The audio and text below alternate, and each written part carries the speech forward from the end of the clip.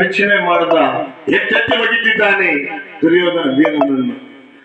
ಆಗ ಹಿಂದೆ ಆ ದುರ್ಯೋಧನ ತಾಯಿ ಗಾಂಧಾರಿ ದುರ್ಯೋಧನಿಗೆ ವಜ್ರಕಾಯವನ್ನು ಮಾಡಿತು. ಏನು, ಶಿವನನ್ನು ಶಿವಪಾರ್ವತಿಯರನ್ನು ಕುರಿತು ಗಜಗೌರಿ ವ್ರತವನ್ನು ಮಾಡಿದಾಗ ಶಿವಪಾರ್ವತಿಯರು ಅಮೃತವನ್ನು ಕೊಟ್ಟಿದ್ರು. ಮಾ, ಈಗ ಯಾವ ಮಗನಿಗೆ ಸೋಚಿಸ್ತೀಯೋ ಅವನು ವಜ್ರ ಕಾಯನಾಗ್ತಾನೆ, ನಿರ್ವಸ್ತ್ರನಾಗಿ ಬರ್ಬೇಕು.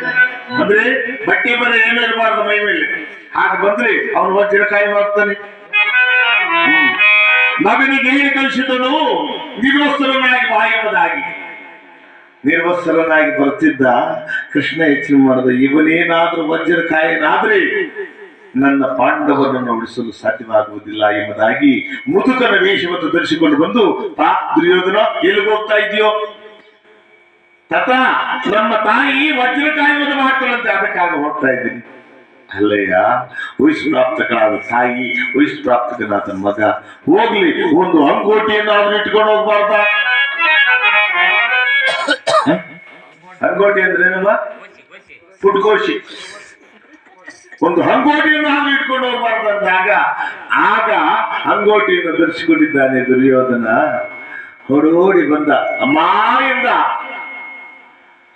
ತನ್ನ ಗಂಡನ ನೋಡೋದು ಪ್ರಪಂಚ, ನಾನು ನೋಡೋದು ಬೇಡ ಅಂತ ಕಣ್ಣಿಗೆ ಬಟ್ಟೆ ಕಟ್ಕೊಂಡಿದ್ಲು. ಇವಾಗ ಯಾರನ್ನು ಕಟ್ಕೊಂತಾರ?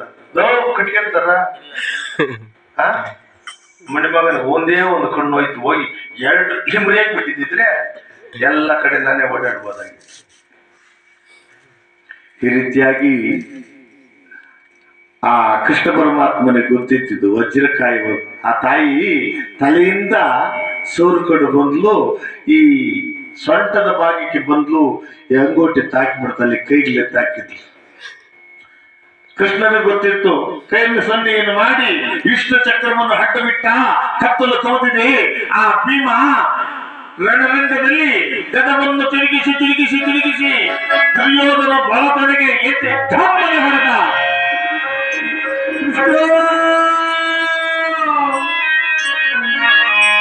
ಕೃಷ್ಣ